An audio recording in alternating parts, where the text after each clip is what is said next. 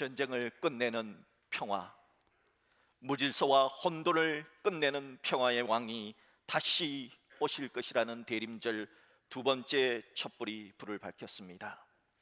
오늘 평화의 왕이신 예수님의 다시 올 것을 기다리는 대림절 두 번째 주일, 우리들에게 주시는 말씀은 마리아의 온전한 신앙 고백이 담겨있는 말씀대로 내게 이루어지이다 하는 이 신앙 고백으로 하나님 주시는 메시지를 나누고자 합니다. 오늘 본문의 사건은 처녀 마리아가 처녀의 몸으로 하나님의 아들을 낳게 된다는 아주 신비한 사건입니다. 이 사건은 우리의 상식을 초월하는 사건입니다. 아직도 사람들 중에는 처녀 마리아가 아들을 낳는다는 이것만은 도저히 믿기 힘들다 하는 분들이 종종 있습니다. 그럴 때마다 제가 늘 드는 예화가 하나 있어요. 바로 코미디언이었던 고 구봉서 장로님이 한 말입니다. 구봉서 장로님이 처음 예수를 믿고 성경 공부를 자신의 집 큰 안방에서 하게 되었답니다. 그때 이제 하영조 목사님이 오셔서 성경 공부를 가르치고 있었는데, 그때 이제 젊은 연예인들과 함께 같이 공부를 했는데, 이 젊은 연예인 후배가 하영조 목사님께 아이 목사님, 처녀가 애를 낳는다는 게 말이나 됩니까?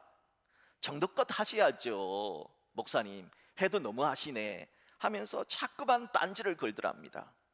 순간 성경 공부의 그 거룩한 분위기가 아주 요상하게 되어 가더랍니다.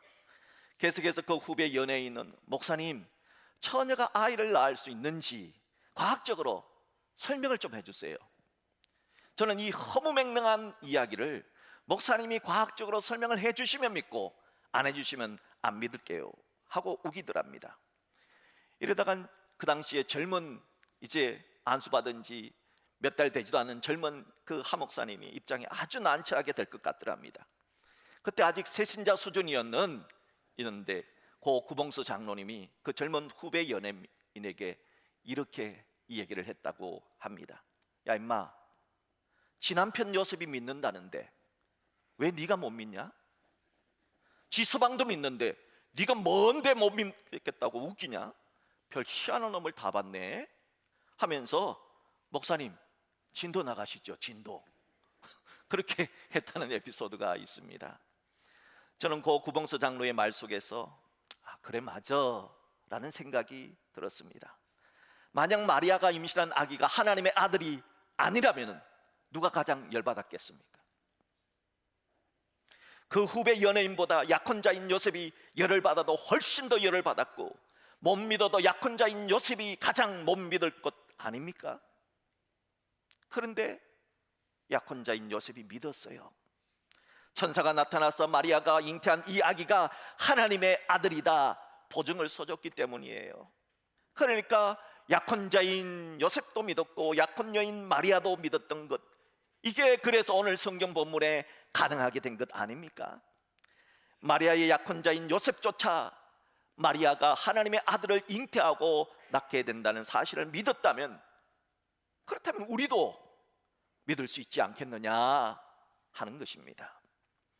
하나님은 처녀의 몸을 통해서 하나님의 아들을 이 세상에 태어나게 한다는 이 놀라운 사실을 아무런 예고도 없이 그냥 일으키면은 사람들이 안 믿을 것을 다 아셨어요. 그래서 예수님을 이 땅에 보내시기 전에 예언을 주셨어요. 하나님의 아들이 처녀를 통해서 탄생하게 될 것이다 하는 예언 말이죠.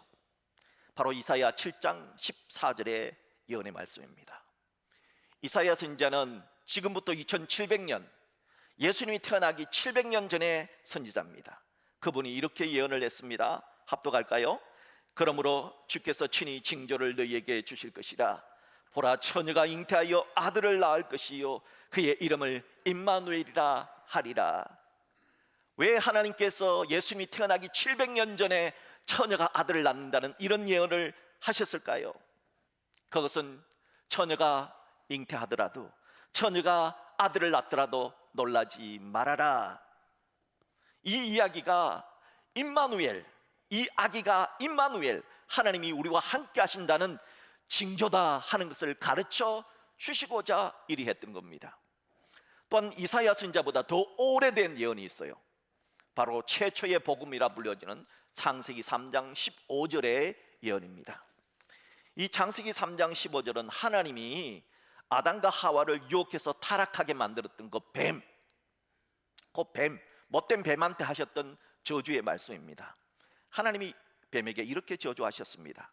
내가 너를 여자와 원수가 되게 하고 내 후손도 여자의 후손과 원수가 되게 하리니 여자의 후손은 내 머리를 상하게 할 것이요 너는 그의 발꿈치를 상하게 할 것이니라 하시고, 이 말씀은 장차 구세주로 오실 여자의 후손이 구세주로 오시는데 그 여자의 후손이 사탄에 의해서 발꿈치를 상하게 되는 고난, 즉 십자가를 지시고 죽게 되는 그 고난을 당하더라도 결국은 이 여자의 후손이 뱀의 머리, 바로 사탄을 박살내실 것이다 하는 정말 성경을 푸는데 가장 중요한 말씀이 창세기 3장 15절의 말씀이에요. 근데 이 창세기 3장 15절을 보면은 분명히 뱀의 머리, 즉 사탄을 박살내실 예수님이, 메시아가, 구세주가 누구로 오느냐? 남자의 후손이 아니에요. 여자의 후손으로 오신다 예언을 했어요. 여자의 후손이란 뭐냐? 남자 없이 처자가 잉태하여, 여자가 잉태하여 하나님의 아들을 낳게 된다는 예언입니다. 하나님은 처녀의 몸을 빌어서 구세주를 이 땅에 태어나게 하신다는 예언을 창세기 3장 15절에서부터 예언을 했고 이사야 선지자가 예언을 했던 겁니다. 이렇게 창세기 3장 15절과 이사야 7장 14절 말씀을 통해서 처녀의 몸을 통해 하나님의 아들을 이 땅에 구세주로 보내시겠다 하는 하나님의 신비한 역사를 이룰 때, 당시에도 처녀가 얼마나 많았겠습니까? 그런데 그 많은 처녀들 가운데 왜 하필이면 마리아냐? 왜 이 마리아를 통해서 하나님의 아들을 이 땅에 보내주시는 축복의 통로가 마리아가 되었는가 하는 것을 살펴보면서 저는 하나님이 주시는 메시지를 여러분과 함께 나누고자 합니다. 세 가지 이유가 있습니다. 첫째, 마리아가 축복의 통로가 된 것은 전적인 하나님의 은혜, 은총 때문입니다. 마리아는 그 당시에 이 고고학자들에 의하니까 마리아가 살았던 동네가 산골 나사렛 동네예요. 산골 나사렛 동네는 우리 바람산 같아요. 그런데 한 50가정이 살았어요. 50가정. 우리 바람산도 50가정은 넘잖아요. 그러니까 조그마한 동네예요. 산골 동네예요. 거기서 자라는 아주 평범한 산골 처녀였습니다. 마리아는 자신이 이 세상에 구세주를 낳게 될 구세주의 어머니가 될 것이라는 것은 꿈에도 상상하지 않았어요. 그럼에도 마리아가 구세주이신 예수님의 어머니가 된 것은 무슨 이유일까요? 그 이유를 천사의 말을 들어서 우리가 짐작할 수가 있어요. 자, 천사가 이 처녀 마리아에게 뭐라고 말했는가? 본문 30절 합독할까요? 시작. 천사가 이르되 마리아여 무서워하지 말라. 내가 하나님께 은혜를 입었느니라. 마리아야, 내가 하나님께 은혜를 입어서 이런 일이 생긴다 하는 겁니다. 마리아가 하나님께 은혜를 받았기 때문에 너는 축복의 여인이 되었다 하는 겁니다. 은혜란 하나님이 주시는 스페셜 기프트, 아주 특별한 선물을 은혜라고 말합니다. 신약 성경 27권 가운데 13권을 기록한 성경 저자가 있어요. 오늘날 유럽의 기독교 복음을 전한 위대한 선교사가 있어요. 그의 별명은 제2의 예수 그리스도입니다. 바로 사도 바울이죠. 사도 바울이 그런 사람이 된 비결이 고린도전서 15장 10절에 나오는데요, 우리 같이 한번 합독할까요? 그러나 내가 나 된 것은 하나님의 은혜로 된 것이니 내게 주신 그의 은혜가 헛되지 아니하여 내가 모든 사도보다 더 많이 수고하였으나 내가 한 것이 아니요 오직 나와 함께 하신 하나님의 은혜로다. 하나님의 은혜로다. 그러니까 사도 바울이 이렇게 위대한 사도 바울이 된 것은 내가 한 것이 아니요, 사도 바울이 혼자의 힘이 아니요 오직 나와 함께 하신 하나님의 은혜가 있었기 때문에 바울이 바울 되었다 하는 것입니다. 또한 장로교의 창시자인 깔뱅은 우리들이 지금 예수님을 믿는 것이 하나님의 은혜라 했습니다. 여러분, 우리가 예수님을 믿고 싶다고 해서 믿어지는 겁니까? 아니에요. 아무리 믿고 싶어도 안 믿어지는 사람이 있어요. 그런데 우리가 예수님이 구세주인 것이 믿어져요. 동정녀 탄생이 믿어져요. 이것은 성령 하나님이 우리에게 임재하셨기 때문에 가능한 일이에요.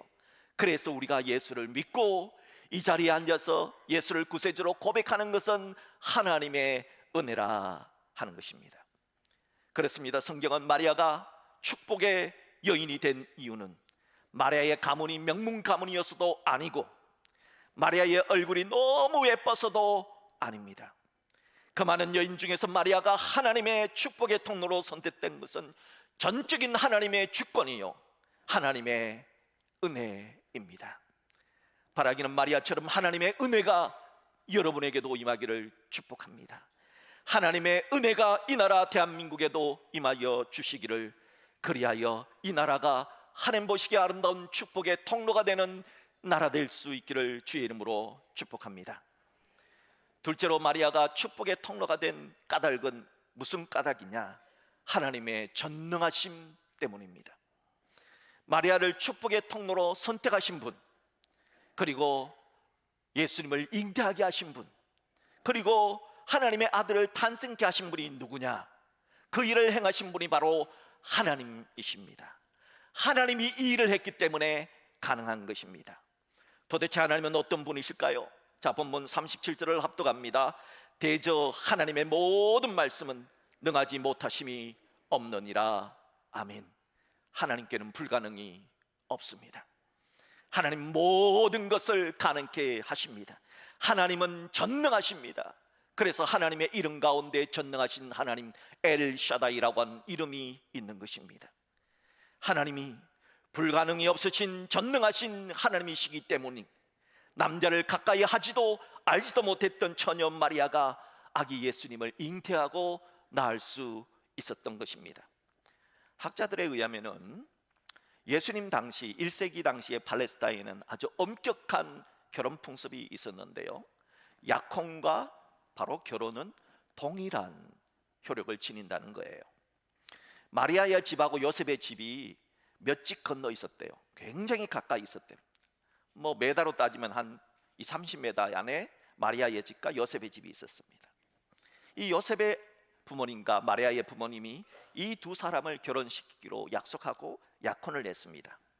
그 당시의 약혼 기간은 대개 1년 정도였답니다. 그 당시의 약혼은 결혼과 똑같은 구속력이 있었습니다. 그렇기 때문에 만약에 약혼을 했는데 이 약혼 기간 중에 남자가 죽었다 그러면은 그 약혼녀는 약혼남의 아내로 1년이 되면 그 집에 들어가서 수절을 하며 평생을 살아야 하는 것이 그 당시의 법이었답니다. 그러니까 그 당시 약혼은 결혼과 같은 효력이 집니다. 그런데 이 약혼하면은 두 사람이 왕래를 하지 못합니다. 데이트도 안 돼요. 그럼 이 약혼 기간 1년 동안 뭘 하느냐? 약혼녀는 신부 수업을 하고요, 약혼남은 돈을 벌어서 그래서 이제 자시 집안을 일으킬 그 준비를 하는 거예요. 자, 이렇게 해서 1년의 기간 중에 오늘 본문이 발생합니다. 그리고 오늘 본문에 발생한 일은 약혼 기간 중에 발생한 일입니다. 마리아는 요셉과 결혼하기 위해서 신부 수업을 하고 있었고요, 또 요셉은 이제 신랑 수업을 하고 있었습니다. 그러니까 두 사람이 아직 만날 수가 없었어요. 데이트를 할 수가 없었어요. 아직까지 남자에 대한 경험이 전혀 없었어요. 그런데 처녀 마리아가 임신을 한 거예요. 이건 도저히 일어날 수 없는 일이잖아요. 불가능한 일이 일어난 거잖아요. 여러분, 이걸 가장 잘 아는 사람이 누구겠어요? 마리아 당사자예요. 마리아가 잉태 소식을 듣고, 자기가 잉태한다는 소식을 듣고 천사에게 뭐라고 하소연을 하는가? 34절을 보세요. 마리아가 천사에게 말하되 나는 남자를 알지 못하니 어찌 이 일이 있으리까? 어찌 이런 일이 있을 수 있습니까? 기가 막혀서 반문하는 처녀 마리아에게 천사는 이렇게 대답합니다. 성령이 내게 임하시고 지극히 높으신 이의 능력, 성부 하나님의 능력이 너를 덮으시리니 이러므로 나실 바 거룩한 이는 하나님의 아들이라 일컬어지리라. 성령 하나님과 성부 하나님이 하시는 일이기에 이것은 가능하단다, 이렇게 말해 주었습니다. 그래도 마리아가 이해를 못하자, 보라, 내 친족 엘리사벳도 늙어서 아들을 배었느니라. 본래 임신하지 못한다고 알려진 이가 이미 6달이 되었다 알려줍니다.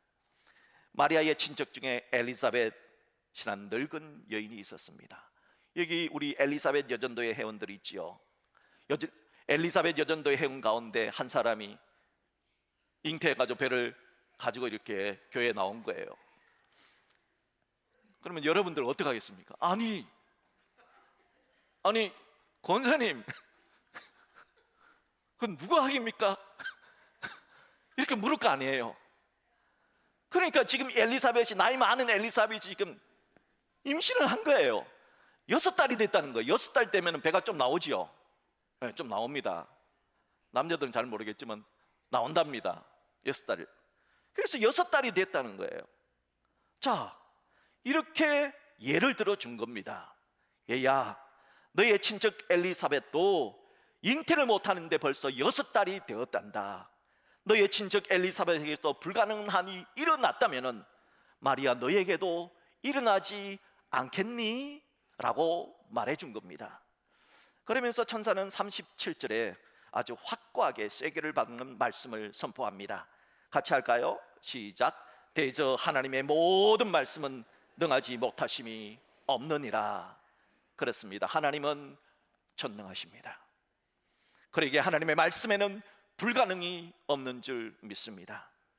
오늘 이 시대를 살아가는 현대인들은 합리적인 것을 좋아합니다.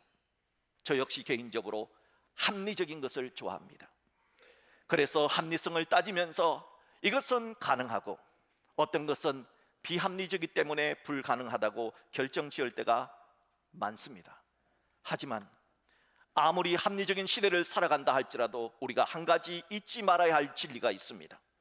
사람에게는 불가능한 일이 하나님께는 얼마든지 가능하다는 것입니다. 마리아는 이 진리를 믿었습니다. 그리고 이렇게 고백합니다. 말씀대로 내게 이루어지이다. 그렇습니다. 나에게는 불가능하지만은 전능하신 하나님께는 가능하다는 것을 믿고 고백했던 것입니다. 우리들도 이 마리아처럼 우리들도 하나님의 전능하심을 믿는 사람들입니다.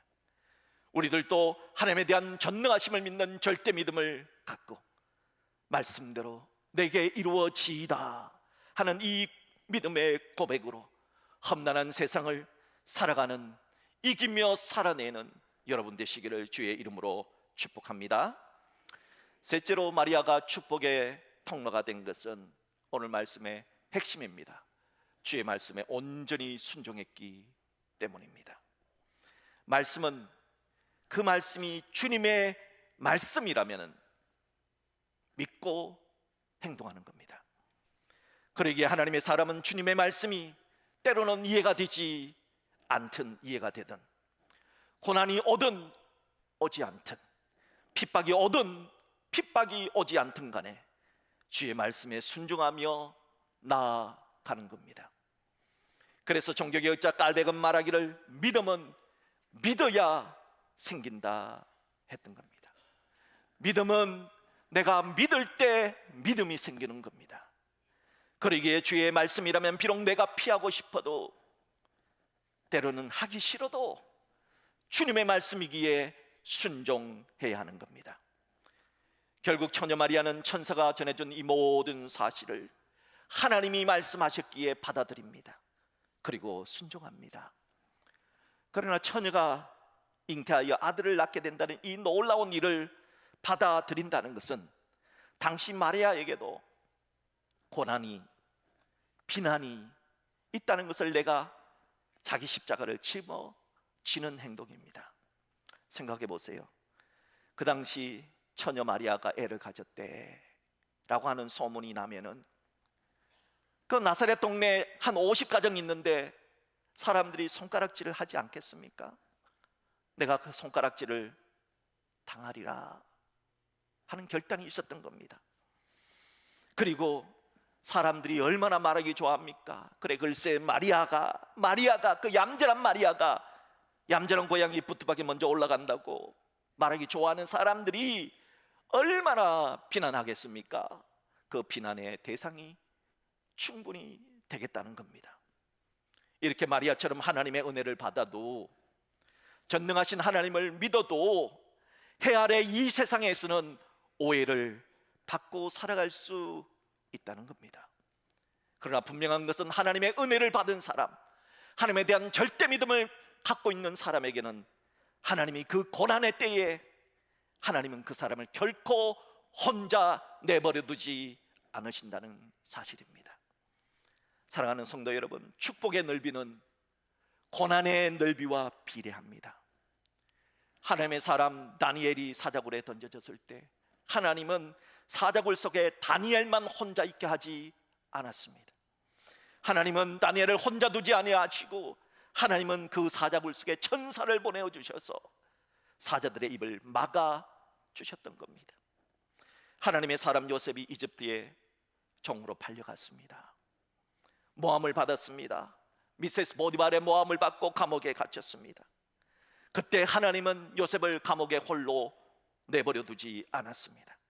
감옥 속에서도 하나님은 요셉과 함께 주셨습니다. 창세기 39장 21절을 보세요. 여호와께서 요셉과 함께 하셨고 하나님은 감옥 속에 있는 요셉과 함께 하셨습니다. 홀로 내버려 두지 않았습니다.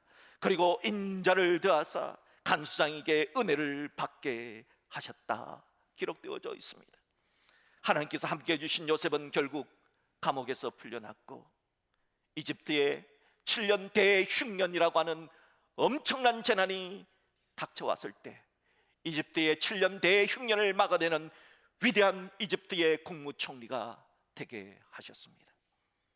예수님의 제자들도 예수님이 십자가에 못 박혀 돌아가셨을 때 얼마나 두려웠던지 도망가서 두려워서 문을 꼭꼭 걸어 잠그고 숨어 있었습니다. 그때 예수님이 부활하셔서 그렇게 무섭고 두려워하는 제자들을 찾아가셨습니다. 그리고 이렇게 슬퍼하셨습니다. 너희에게 평강이 있을지어다. 주님이 샬롬을 선포하셨습니다. 여러분, 혹시 여러분 두려워하시는 분이 있습니까? 주께서 찾아오셔서 여러분에게도 샬롬을 선포해 주시기를 주의 이름으로 축복합니다. 너에게 평강이 있을지어다. 이 말씀을 하시고 손과 옆구리를 보여주시니 제자들이 주를 보고 기뻐하더라 했습니다.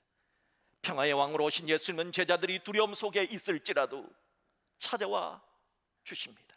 함께해 주십니다. 평강을 주십니다. 그래서 두려움에 떨었던 제자들을 기쁨으로 변화시켜 주신 것입니다. 이렇게 축복의 깊이는 고난의 깊이와 비례할 수 있는 것입니다. 천사가 마리아에게 하나님께는 불가능이 없다, 하나님은 전능하시단다 그렇게 말하자 마리아가 어떤 태도를 취했을까요? 본문 38절 합독하겠습니다. 마리아가 가로되 주의 여종이오니 말씀대로 내게 이루어지이다. 마리아는 고백을 합니다. 저는 하나님의 여종입니다. 하나님이 저의 주님이십니다. 그러니 주님 말씀대로 하옵소서. 온전한 순종을 했습니다. 바로 이것입니다. 바로 이 온전한 순종이 말씀을 말씀되게 했고 바로 이 온전한 순종이 기적을 낳게 되었던 것입니다. 사실 누가복음 1장에는 예수님의 탄생 이야기만 기록된 것이 아니에요. 또 다른 탄생 이야기가 있어요. 누구의 탄생 이야기냐? 세례 요한의 탄생 이야기도 함께 있어요. 자, 그런데요, 이 두 예수님의 탄생 이야기와 세례 요한의 탄생 이야기에 아주 결정적인 차이가 하나 있어요. 그게 뭐냐? 순종의 차이입니다.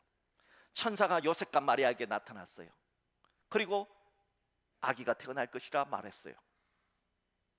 그리고 이제 이 세례 요한의 아버지 제사장 사가랴에게도 말했어요. 아기가 태어날 것이다. 여기까지는 똑같아요. 천사의 수태고지는 똑같아요. 그런데 요셉과 마리아는 이 믿겨지지 않는 동정녀 탄생의 사건을 요셉과 마리아는 믿어요. 그리고 순종해요. 하지만 세례 요한의 아버지 제사장 사가랴는 제사장인데도 안 믿어요. 이유는 내 마누라가 엘리사벳 여전대회라니까, 엘리사벳이라니까, 나이가 그렇게 늙었는데 무슨, 그리고 나도 지금 일남쯤 되거든. 나도 지금 일남인데 내 마누라는 엘리사벳이고, 그런데 이게 어떻게 되겠느냐. 그래서 제사장 사가랴는 어떻게 됩니까? 세례 요한이 태어날 때까지 말하지 못하는 벙어리가 됩니다. 세례 요한이 태어나고서야 겨우 말을 하게 됩니다. 여러분, 신앙이란 무엇입니까? 환경을 따라서 믿고 못 믿는 것이 신앙이 아닙니다. 신앙은 환경과는 상관없습니다. 신앙은 하나님의 말씀을 따라 믿는 것입니다. 사랑하는 성도 여러분, 환경을 따라 믿지 마십시오. 하나님의 말씀을 믿으시는 여러분 되시기를 주의 이름으로 축복합니다. 이제 오늘 말씀을 맺도록 하겠습니다. 오늘 우리는 왜 그 많은 여인들 중에 하필이면 마리아라는 여인이 예수님을 잉태케 되는 축복의 통로가 되었을까, 세 가지 점에서 살펴봤습니다. 그 이유로 첫째는 하나님의 전적인 은총이 있었기 때문이고, 둘째는 하나님의 불가능성을 가능케 하시는 전능하신 하나님의 전능성이 있었기 때문이고, 셋째는 주의 말씀에 순종했던 마리아의 온전한 순종이 있었기 때문이다 하는 것을 살펴봤습니다. 근데 첫째와 둘째는 하나님이 하신 일입니다. 하나님은 지금도 우리에게 은혜를 베풀어 주시기를 원하시고, 하나님은 지금도 전능하십니다.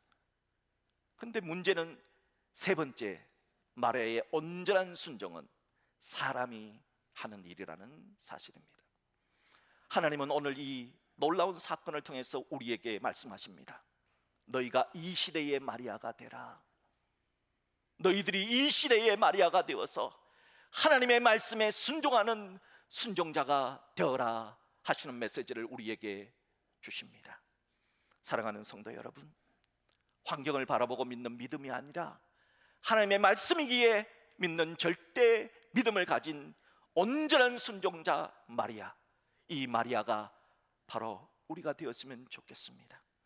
여러분의 순종 덕분에, 여러분의 하나님의 말씀에 대한 절대 믿음 덕분에 여러분 가정이, 여러분의 일터가, 그리고 이 나라 대한민국이 제자들처럼 주를 보고 기뻐했던 것처럼 기쁨이 가득한 그런 나라, 그런 축복의 사람 되기를 주님의 이름으로 축복합니다.